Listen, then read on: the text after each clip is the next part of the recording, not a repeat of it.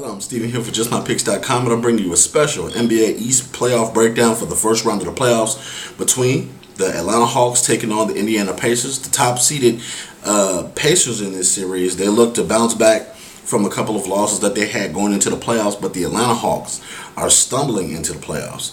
This series is going to be one of the most boring series in the playoffs. I say this because the Atlanta Hawks have Josh Smith, and that's about it. I know they have Al Horford, Teague. They're in vacation mode.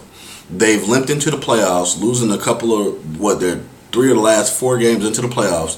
They don't really play as a team anymore. The Hawks were at one point in time the number 4 seed going into the playoffs, but they've lost so many games and they've fell apart during the stretch that I just don't see them being a viable solution. Them having a viable solution for anything the Pacers do.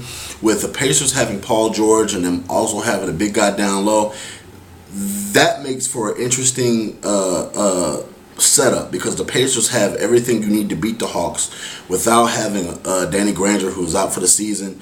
You look at their post play. With having a lot of those things that they have, they should be formidable for the Miami Heat. I just want to think that they have enough to beat the Hawks. I'm picking them to win this series in 6 games.